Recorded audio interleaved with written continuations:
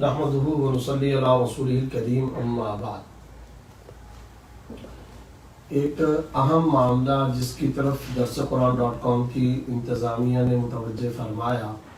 اور جو ہم سب کے لیے بڑا ہی قابل غور عمل ہے اور ہم سب کو اس کی طرف متوجہ ہونا چاہیے،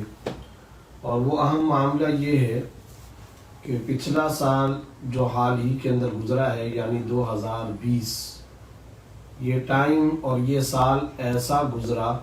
جس میں ظاہر ہے کہ تمام شعبوں سے تعلق رکھنے والی کئی اہم شخصیات دنیا سے چلی گئی، اور ہمارے اعزاء اقربا کمیونٹی، ہمارے قبائل، ہماری برادریاں، ہمارے مختلف جاننے والوں میں بے شمار لوگ کرونا کی وجہ سے چلے گئے۔ اور اس کے ساتھ ساتھ یہ وہ زمانہ چل رہا ہے کہ جس زمانے میں اچانک موتیں عام ہو جاتی ہیں، جیسا کہ قرب قیامت کی جو بہت ساری علامتیں رسول اللہ صلی اللہ علیہ وسلم نے بیان فرمائیں، ان میں سے ایک علامت یہ بھی ہے کہ اچانک اموات عام ہو جائیں گی۔ چنانچہ آج کل کچھ اسی طرح ہی لگ رہا ہے، اور آج کل کا زمانہ کچھ اسی طرح اور اسی انداز کا ہے کہ آئے دن موبائل پر، واٹس ایپ پر مختلف میسیج آتے رہتے ہیں، اور یہ پیغامات ہر کوئی دوسرے تیسرے واٹس ایپ گروپ یا میسیج کے ذریعے سے ملتے رہتے ہیں کہ فلانا فوت ہو گیا، فلانے کا انتقال ہو گیا، فلانے کا انتقال ہو گیا۔ یہ ہم سب کے لیے بڑا ہی قابل غور اور قابل تدبر معاملہ ہے۔ اس میں سب سے پہلے ہم سب کو اپنی زندگی کا محاسبہ کرنے کی ضرورت ہے۔ ہمیں اپنا مراقبہ کرنا چاہیے، محاسبہ کرنا چاہیے۔ الکیس من دان نفسہ وعمل لما بعد الموت، ہوشیار، دانشمند، عقل مند، سمجھدار انسان وہ جو اپنے نفس کی حقیقت کو جانے، نفس کے فانی ہونے کو جانے، زندگی بہت مختصر ہے، اس حقیقت کو ہر لمحے ملحوظ نظر رکھے، اپنے دل دماغ کے اندر رچا بسا کر کے زندگی گزارے، اور مرنے کے بعد کی زندگی کی ابھی تیاری کرے۔ ایک تو یہ ایک اہم ترین معاملہ ہے، اور یہ جو اموات ہو رہی ہیں، ان اموات کے اندر ہم سب کو اس لمحے اور اس پرفکر معاملے کی طرف متوجہ ہونا چاہیے۔ اس کے ساتھ ساتھ بالخصوص علماء کرام کا تیزی سے اٹھ جانا، یہ اتنا خطرناک معاملہ ہے کہ شاید اس سے زیادہ کوئی خطرناک معاملہ نہیں ہو سکتا۔ اشر ارید بمن فی الارض ام اراد بہم ربہم رشدا، کچھ پتہ نہیں زمین والوں کے ساتھ اللہ رب العزت نے کس چیز کا فیصلہ فرمایا ہے، یہ ہمیں نہیں معلوم۔ حدیث کے اندر آتا ہے، بلکہ صحیح بخاری کی حدیث ہے، حضرت عبداللہ ابن عمر رضی اللہ تعالیٰ عنہما سے مروی ہے، رسول اللہ صلی اللہ علیہ وسلم نے ارشاد فرمایا، ان اللہ لا يقبض العلم انتزاعا ينتزعه من العباد، اللہ رب العزت اچانک علم کو اس طریقے سے نہیں اٹھائے گا کہ بندوں سے علم کو اللہ اچک لے، چھین لے، ولیکن يقبض العلم بقبض العلماء، یہاں تک کہ ہوگا یہ علم اس طریقے سے اٹھایا جائے گا کہ اللہ رب العزت علم کو اٹھائیں گے، علم کو قبضے میں لے لیں گے، علماء کو اٹھا کر علماء کی اموات ہو جائیں گی، اور علماء کثرت کے ساتھ فوت ہونا شروع ہو جائیں گے۔ اس طریقے سے علم اٹھتا چلا جائے گا۔ اور پھر اسی روایت صحیح بخاری کے اندر آپ صلی اللہ علیہ وسلم نے جو اگلا جملہ ارشاد فرمایا وہ ہے، ان علماء کے اٹھ جانے کے بعد جو تاریکی کا دور شروع ہوگا، یہ ہم سب کے لیے قابل غور لمحہ فکریہ ہے۔ پھر آگے آپ صلی اللہ علیہ وسلم نے فرمایا، وَلَكِنْ يَقْبِضُ الْعِلْمَ بِقَبْضِ الْعُلَمَاءِ حَتَّى إِذَا لَمْ يُبْقِ عَالِمًا، یہاں تک کہ جب کوئی عالم باقی نہیں رہے گا، اتخذ الناس رؤوسا جہالا، تو اب لوگ جاہلوں کو اپنا سردار بنا لیں گے۔ فَسُئِلُوا، پھر ان جاہلوں سے جن کو سردار بنایا گیا ہوگا ان سے سوال کیا جائے گا، ان سے مسئلہ پوچھا جائے گا، ان سے مشورہ کیا جائے گا، جس کا نتیجہ یہ ہوگا کہ فَأَفْتَوْا بِغَيْرِ عِلْمٍ فَضَلُّوا وَأَضَلُّوا، ہوگا یہ کہ پھر وہ بغیر علم کے فتویٰ دیا کریں گے، بغیر علم کے مسئلے بیان کیا کریں گے، اور خود بھی گمراہ ہوں گے اور لوگوں کو بھی گمراہ کریں گے۔ یہ حدیث لوح دل پہ نقش کرنے کے قابل ہے، اور خاص طور پر آج کے دور کے اندر ہم سب کو اس حدیث کو سامنے رکھنا چاہیے کہ کہیں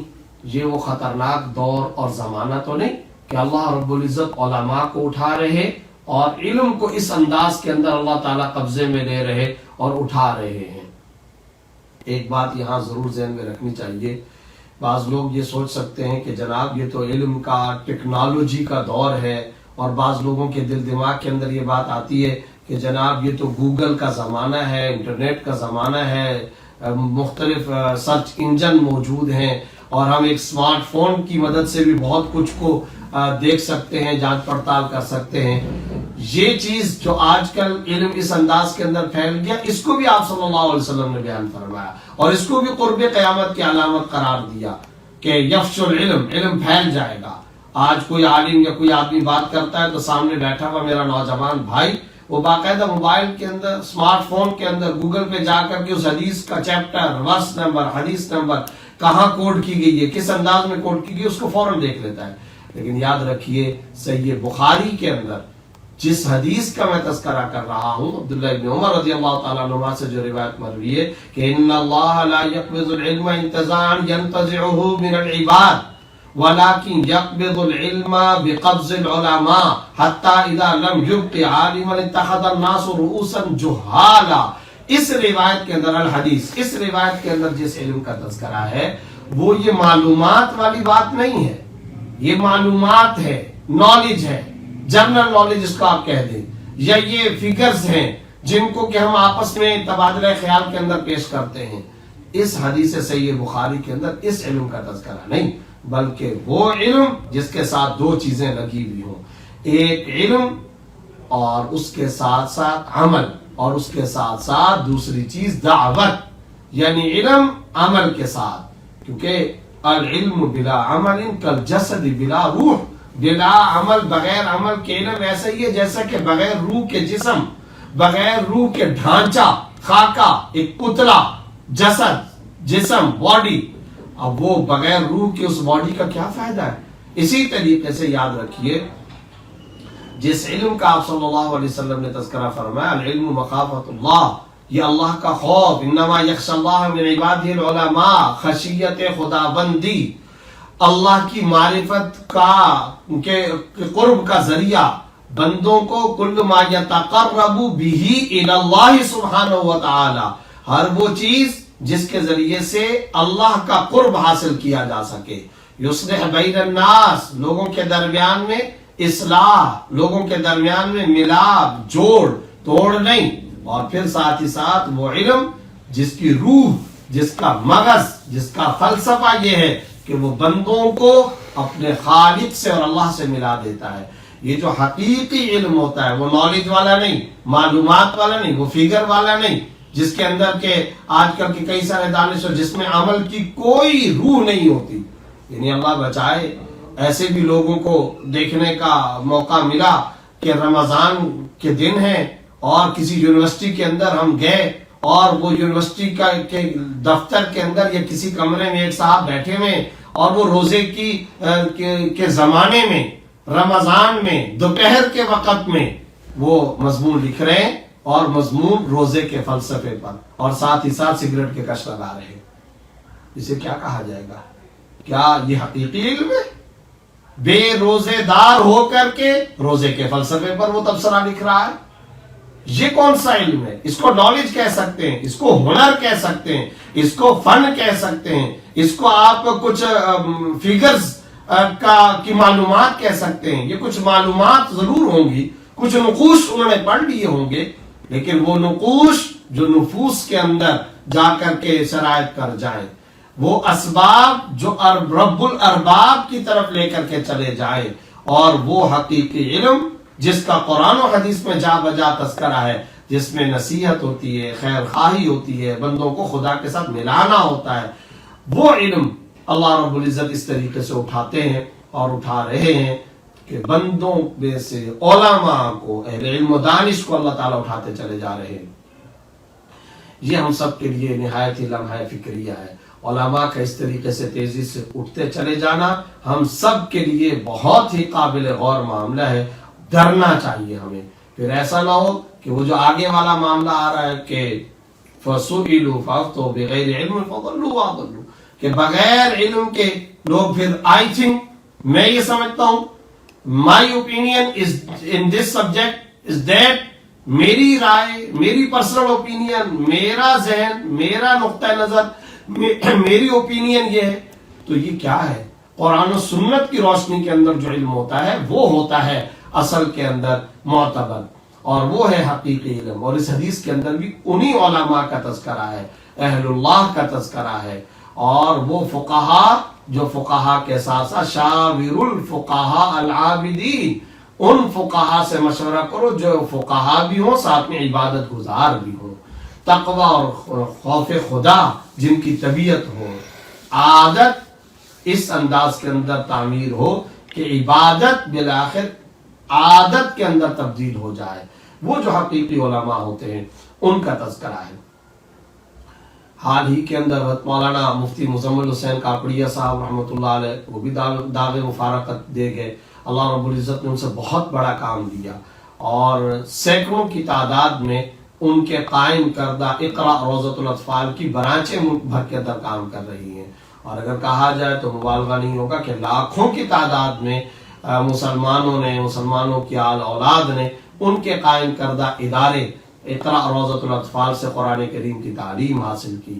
اور بنیادی اسکول کی تعلیم حاصل کی۔ ہمارے سماج اور ہماری سوسائٹی کے اندر تعلیم قرآن کو عام کرنے اور اس کو فروغ دینے کے حوالے سے ایک نمایاں ترین نام تھا۔ تصنیفی خدمات انہوں نے انجام دی اور انہوں نے دعوتی خدمات انجام دی، اور غالباً کوئی پچھلے 25-30 سال سے وہ ایک شدید قسم کی بیماری اور مرض کے اندر مبتلا تھے، لیکن اس مرض کے اندر مبتلا ہونے کے باوجود، اس مرض میں مبتلا ہونے کے باوجود وہ ماشاءاللہ تدریسی تصنیفی کام کرتے رہتے تھے۔ ہمارے استاد و شیخ مولانا مفتی محمد تقی عثمانی صاحب دام برکاتہم العالیہ کی کتاب اسلام اور سیاسی نظریات، بلکہ ایک دورہ تھا، اس دورے کی انہوں نے تمام کی تمام کتابت گردے کے مرض میں ڈائلیسس کے دوران میں، جب ڈائلیسس ہو رہے ہوتے تھے اس دوران میں انہوں نے اس کو لکھا، اس کی تصحیح کی، تو اپنے وقت کو بچایا، قیمتی بنایا، اور اس دوران میں انہوں نے یہ لکھا جس کی مولانا مفتی محمد تقی عثمانی صاحب دام برکاتہم نے تعریف بھی فرمائی۔ تو حال ہی کے اندر جو علماء گئے ہیں ان میں تازہ ترین، نمایاں ترین، ان کا بھی ابھی نام ہے، حضرت مولانا مفتی نعیم صاحب رحمۃ اللہ علیہ، حضرت مولانا مفتی زرعلی خان صاحب رحمۃ اللہ علیہ، حضرت مولانا مفتی عاصم ذکی صاحب رحمۃ اللہ تعالی علیہ، اسی طریقے سے پیر عزیز الرحمان ہزاروی صاحب، مولانا منظور صاحب ملتان، اور پتہ نہیں پاکستان کے اندر خود کراچی کے حضرت ڈاکٹر عادل خان شہید رحمۃ اللہ علیہ، کئی سارے ایسے علماء داغ مفارقت دے گئے اسی 2020 کے اندر۔ تو اب میں یہ سمجھتا ہوں کہ ایک تو ہمیں اس لمحہ فکریہ کی طرف ہم سب کو متوجہ ہونا چاہیے، اور دوسرے نمبر پر جس بات پر ہم سب کو متوجہ ہونا چاہیے وہ یہ کہ علماء کی قدردانی کریں، یہ اپنی جان پر کھیل کر کے اسلام کا بھرپور دفاع کرتے اور امت مسلمہ تک نظریہ پہنچاتے ہیں، عقیدے کی تعلیم اور تبلیغ کرتے ہیں، اور لا یخافون فی اللہ لومۃ لائم، کسی ملامت کرنے والے کی ملامت کی بھی پرواہ نہیں کرتے، کسی اجر صلے اور ستائش کی بھی تمنا نہیں کرتے، اللہ کی بات کرتے ہیں، بندوں کو اللہ کی طرف متوجہ کرتے ہیں، العلماء ورثۃ الانبیاء کے منصب کو سامنے رکھتے ہوئے وراثت انبیاء کا حق ادا کرتے ہیں، محنت کرتے ہیں۔ معاش کے دروازے ان پر بند کیے گئے، انہیں طعن و تشنیع کا نشانہ بنایا گیا، ان پر حملے کیے گئے، ان کی کردار کشیاں کی گئیں، ان کا مذاق اڑایا گیا، ان کا ٹھٹھا اڑایا گیا، تمسخر کیا جاتا ہے، ہر دور کے اندر ان کے لیے حیات اور زندگی کو تنگ کیا گیا، مگر اس کے باوجود یہ اللہ کی بات کرتے رہے، محمد الرسول اللہ صلی اللہ علیہ وسلم کا پیغام عام کرنے کی کوشش کرتے رہے، اور آخری سانس تک اسی کے اندر لگے رہے۔ ان علماء کی قدردانی کیجئے۔ اس بات کا امکان موجود ہے کہ کسی مشہور یا کسی عالم دین سے آپ کی دماغی فریکوینسی نہ ملتی ہو، آپ کا مزاج نہ ملتا ہو، آپ کی ذہنی مناسبت نہ ہو، لیکن ڈزنٹ میٹر، کچھ حرج کی بات نہیں، قدردانی کیجئے ان کی۔ ہو سکتا ہے میرا مزاج کسی ایک مخصوص عالم دین سے نہ ملتا ہو، لیکن میں ان کی تحقیر کروں، غیبت کروں، برائی کروں، یا ان کے بارے میں برے جذبات رکھوں، انتہائی خطرناک بات ہے میرے لیے، آپ کے لیے، ہم سب کے لیے انتہائی خطرناک بات ہے۔ ان کے ساتھ اگر کوئی ان کی برائی کرتا ہے، وہ سیاسی عالم ہو، غیر سیاسی عالم ہو، تدریسی عالم ہو، تصنیفی عالم ہو، مشہور عالم ہو، غیر مشہور عالم ہو، اور وہ عالم ایسا ہے کہ وہ بیان کرتا ہو اور اس کے بیان سے شاید ہمیں فائدہ پہنچتا ہو نہ پہنچتا ہو، کچھ بھی ہو، لیکن ایک بات طے ہے، ایک بات بالکل طے ہے، اگر آپ اس کی برائی کرتے ہیں تو آپ کا ان کے ساتھ کوئی زمین کا جھگڑا تو نہیں ہے، کوئی رشتے ناطے کا جھگڑا تو نہیں ہے، کوئی پیسے مال و متاع کا جھگڑا تو نہیں ہے، آپ کا ان کے ساتھ کوئی زراعت، کوئی کھیتی باڑی، کوئی زمین، کوئی کسی قسم کی دولت کا کوئی جھگڑا تو نہیں ہے، کوئی رشتے ناطے کا جھگڑا نہیں، کوئی پیسوں کی لین دین کا جھگڑا نہیں ہے،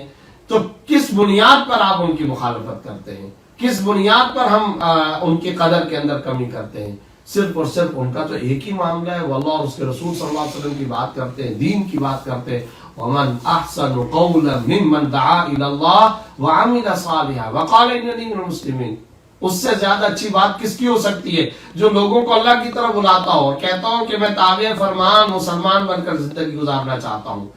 اچھا عمل رکھتا ہو، ہم سے سب اچھے، یہی ہر وقت ہمیں اپنے دل دماغ کے اندر اچانا بسانا چاہیے۔ تو ایک تو ہمیں اس لمحہ فکریہ پر متوجہ ہونا چاہیے کہ کہیں یہ تاریکی کا دور تو ہمارے لیے نہیں آ رہا، ہمیں خود علم دین کی طرف، اپنی نسلوں اور آل اولاد کو علم دین کی طرف متوجہ کرنے کی ضرورت ہے۔ دوسرے نمبر پر علماء کی قدردانی کیجیے، بھرپور قدر کیجیے، ان کے بارے میں کبھی بھی تحقیر کے، مذاق، ٹھٹھا، تمسخر، غیبت کے جذبات دل کے اندر نہ پیدا ہونے دیجیے، یہ ہم سب کے لیے ایمان کی حفاظت کے لیے ضروری ہے۔ اللہ رب العزت ہم سب کو اس پر عمل کی توفیق عطا فرمائے۔ وآخر دعوانا ان الحمد للہ رب العالمین۔